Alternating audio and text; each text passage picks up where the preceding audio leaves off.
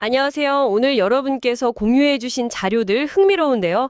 30년 역사의 대전 제일학원 이야기입니다.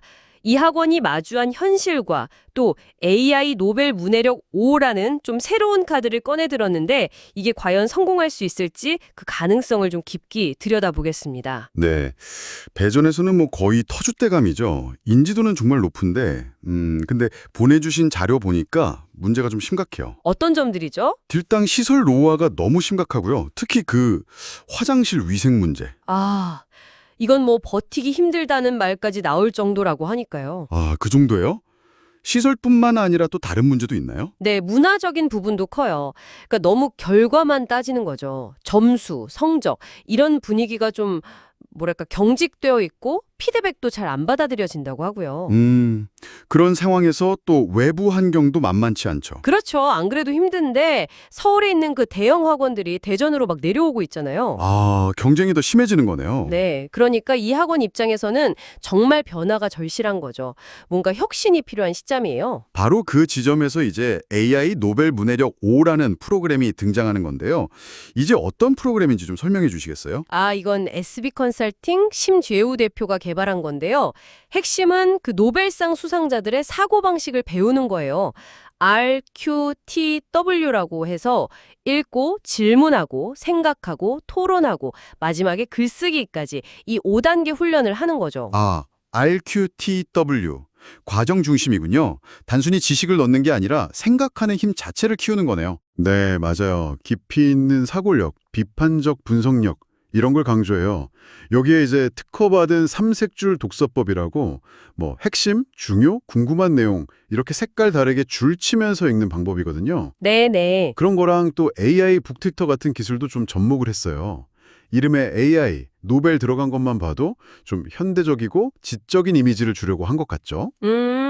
그런데 말이죠. 이 지점에서 좀 가장 큰 충돌이 예상된다는 분석이 많아요. 어떤 충돌 말씀이시죠? 그러니까 학원은 지난 30년간 단기 성과, 점수 올리는 데 집중해 왔잖아요. 그런데 이 프로그램은 굉장히 장기적인 안목으로 사고력 자체를 키우자는 거고 이 철학의 간격이 너무 크지 않냐는 거죠. 아, 네, 정확히 보셨습니다. 그게 사실 가장 큰 허들일 수 있어요. 당장 다음 시험 점수가 급한 재수생들한테 노벨 인재가 되자는 비전이 얼마나 와닿을까. 이 현실적인 괴리가 첫 번째 문제고요. 그렇죠. 또 운영상의 문제도 있을 것 같은데요. 네, 기존에 주입식으로 가르치시던 강사님들이 갑자기 이런 소크라테스식 문답법, 토론식 수업에 적응하는 게 쉽지 않을 수 있거든요. 강사님들 교육도 정말 중요하겠네요. 그렇죠. 그리고 또 하나는 브랜드 이미지 충돌 가능성이에요.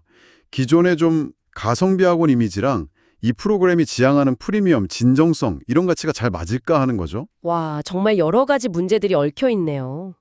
그래서 자료들에서는 좀 신중하게 접근해야 한다, 이런 제안을 하는 거죠. 네, 맞아요. Proceed with caution. 섣불리 전면 도입하기보다는 단계적으로 그리고 여러 선결 과제를 먼저 해결해야 한다는 겁니다. 그 선결 과제라는 게 구체적으로 뭘까요? 일단 가장 시급한 건 역시 시설 개선이죠. 최소한 이 프로그램을 운영할 전용 공간만이라도 좀 제대로 리모델링을 해야 하고요. 네, 환경이 중요하니까요. 그리고 무엇보다 정영진의 의지가 정말 확고해야 합니다. 전폭적인 지원 없이는 힘들어요. 또 강사진들 대상으로 이 프로그램 철학이랑 방법론을 완전히 자기 것으로 만들도록 집중 교육하고 워크숍도 해야 하고요. 단순히 기술만 가르치는 게 아니라 철학까지 체화해야 하는 거군요. 그렇죠. 그리고 학원 전체적으로 좀 긍정적인 학습 분위기 만들고 피드백이 잘 통하는 문화 만드는 것도 중요하고요. 이건 그냥 프로그램 하나 들여오는 수준이 아니라 거의 학원 전체의 체질 개선이 필요한 작업인 거죠. 체질 개선. 네. 그럼 구체적인 실행 계획, 로드맵 같은 것도 제시가 됐나요? 네, 3단계로 나눠서 제안하고 있어요. 일단 1단계는 파일럿이에요. 소수 학생들 데리고 한 3개월 정도 운영해 보면서 효과를 보고 피드백 받아서 우리 실정에 맞게 예를 들면 수능 기출문제랑 연계하는 식으로 좀 다듬는 거죠. 네, 검증과 현지화 단계군요. 그렇죠. 그러고 나서 2단계는 이 파일럿이 성공하면 이제 좀 더 확장하는 건데 이때 중요한 게 마케팅 메시지를 완전히 바꿔야 한다는 거예요. 마케팅 메시지요? 어떻게 바꿔야 할까요? 기존처럼 노벨 인재 양성 이런 추상적인 거 말고요. 훨씬 더 실용적으로.